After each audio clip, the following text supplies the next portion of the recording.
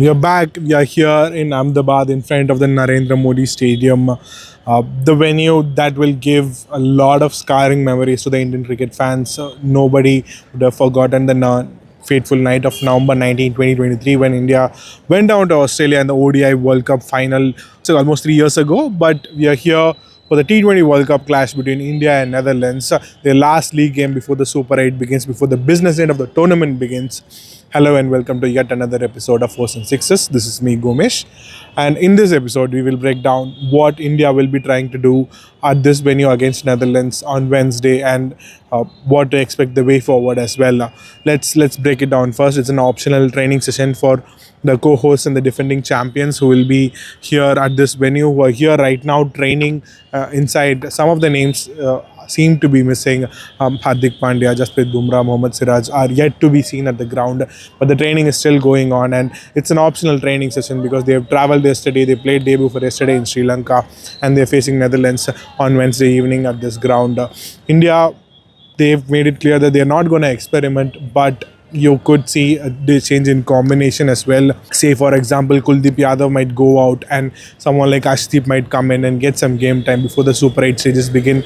We also have to remember that they will want to get acclimatized to the conditions here, how the pitch behaves, what the dew factors are in a night game, considering the fact that they will also play South Africa here on 22nd and a potential final on March 8 as well. So they have some kind of getting used to do. But also they will also be looking at ticking a few boxes before going into the Super 8. Tilak Verma is still struggling for rhythm. He needs some runs. Same goes for Abhishek Sharma, who's been unwell. He missed out in Colombo and the opening case as well. He will want to get some runs before facing South Africa. And then there is the point of Ashdeep Singh coming in and what the lower order can do and how Akshar can perform here as well. For Akshar, this is going to be a special game because he missed out on the ODI World Cup due to injury, rushed just before the tournament and was replaced by Ashwin, but this is his home state.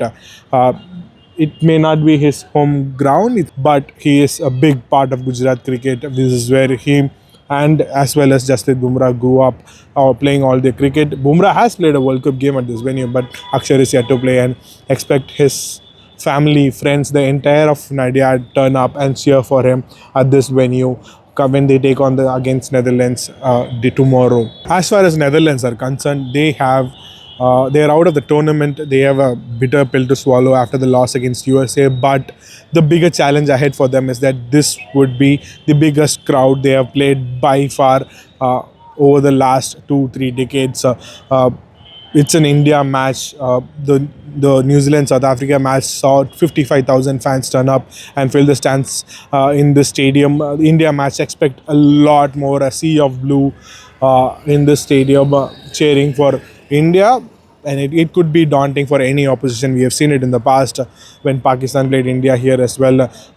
It will be interesting to see what Netherlands take it, how they handle it, and it's something Scott Edwards spoke about as well.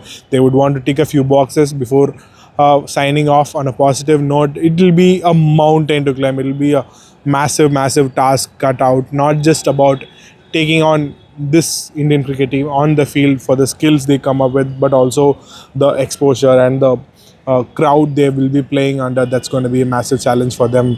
We will be waiting and see what they do and what kind of experimentations, if at all, the Indian team management does. The head coach is here, the chief selector is here, the captain is here as well. They will be taking a hard look at the pitch to figure out the kind of combinations they would want to play against not just Netherlands but also the way forward. As we spoke before, they'll play South Africa here on 22nd before moving to Chennai, where they'll play Zimbabwe on 26th before a West Indies game in Kolkata on March 1.